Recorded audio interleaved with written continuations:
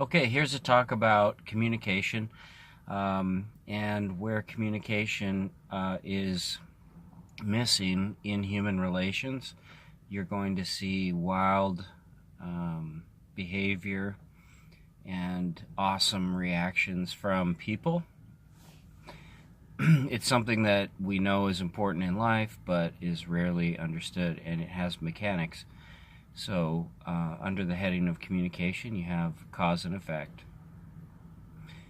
And what that means is that when beings are communicating effectively, one of them is saying something, or has the intention, or has an idea, and then using whatever language or code or symbols, gets it across to the other person.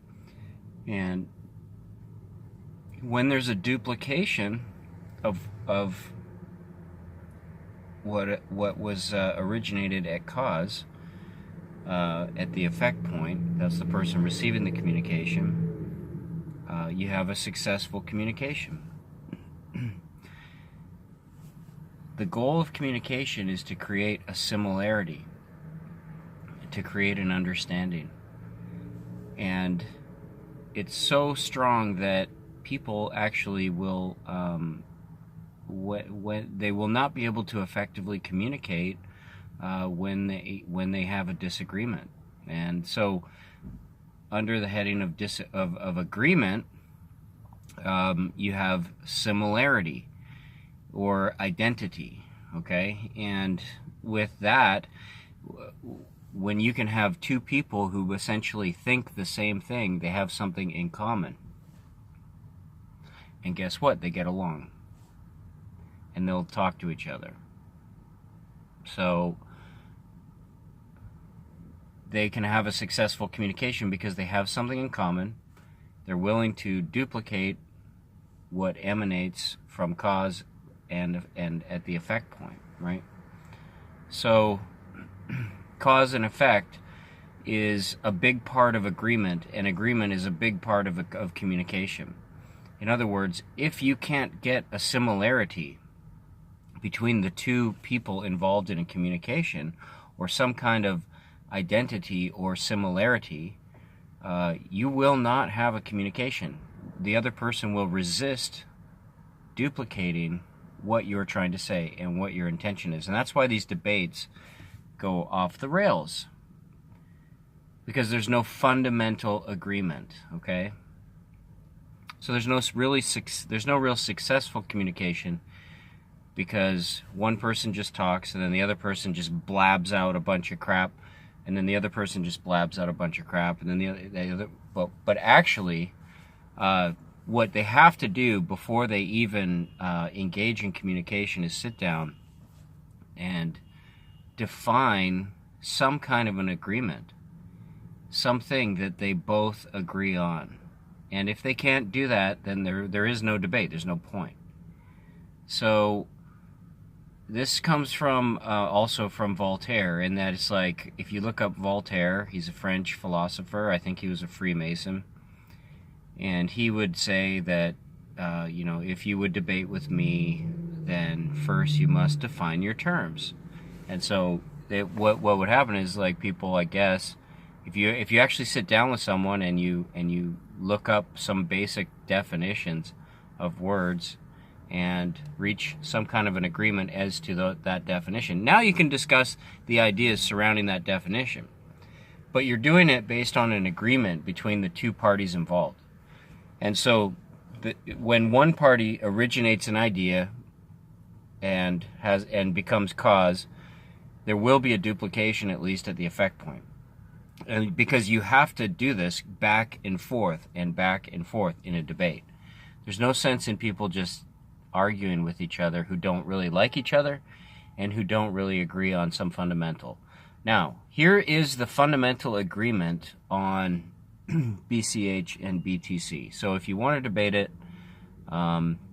here is the disagreement on the definition of Bitcoin. That's the disagreement. But here's the agreement. The agreement is that basically to the average BTCer, peer-to-peer cash means I can occasionally make a few transactions when I need to. Probably not to a store. That's not a big part of my life. I don't really care about that. Now, like it or hate it, that's the average BTC person, and they don't really care. They don't really care about merchant adoption. They really don't.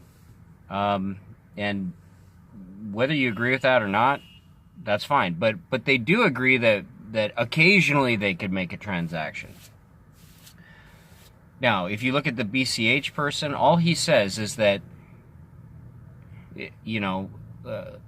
okay, so he also believes in those peer-to-peer transactions that are occasional.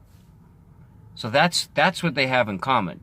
And then, but what the BCH guy believes that probably we should have a little bit more types of transactions than that. And then some people believe we should have many more transactions than that. And some people believe we should only transact in it.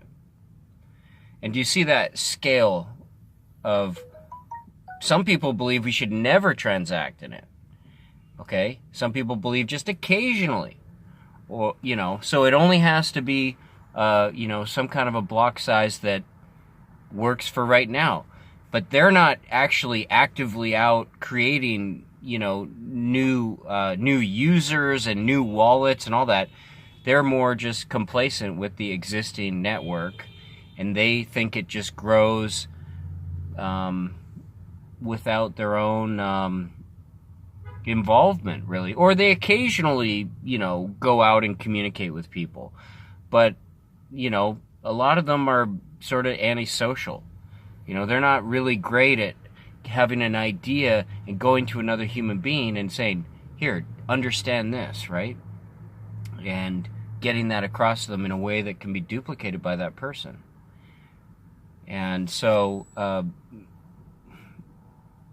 there is a weakness in communication. For example, on Twitter, somebody says something and then another guy says something back without really showing that he understood the original communication, and you never get anything done. There's no actual agreement being reached, right? So, agreement means two people think something similar or the same thing, okay? At a high level of agreement, you literally think the same thing, okay? And that's why Bitcoin is tribal, okay?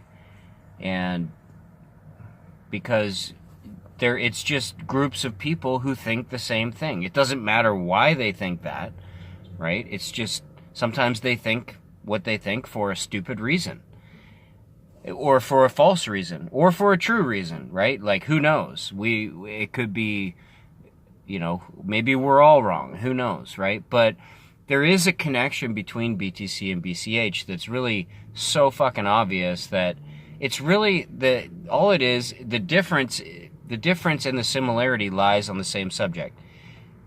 No BTC person really thinks that there should be no transactions. Sorry, my light just went off. They just don't think that you need to do that many. That's fine, according to their perception of the world. But in BCH, they're very limited by using the BTC structure because the blocks are so small. They really can't use it for commerce or anything. It doesn't mean that they only want to use it for commerce. It doesn't mean that, but they just want to take the governor off of the damn thing and just have no restrictions so that you can just do anything you fucking want.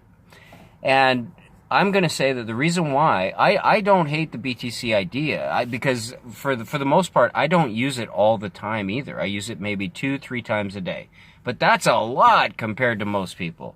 Okay? Well, and I go on Twitter and I shoot, 10 tips a day, and I go to yours.org every day and I tip 10 times, right? Okay, so that is real use case, right? So I guess I use the coins like a lot compared to the average guy.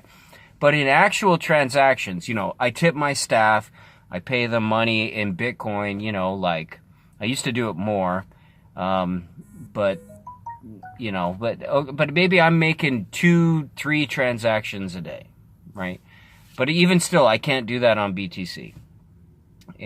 But the thing that we have in common with Bitcoin. So if you want to find a point of agreement, it's really the difference and similarity is this.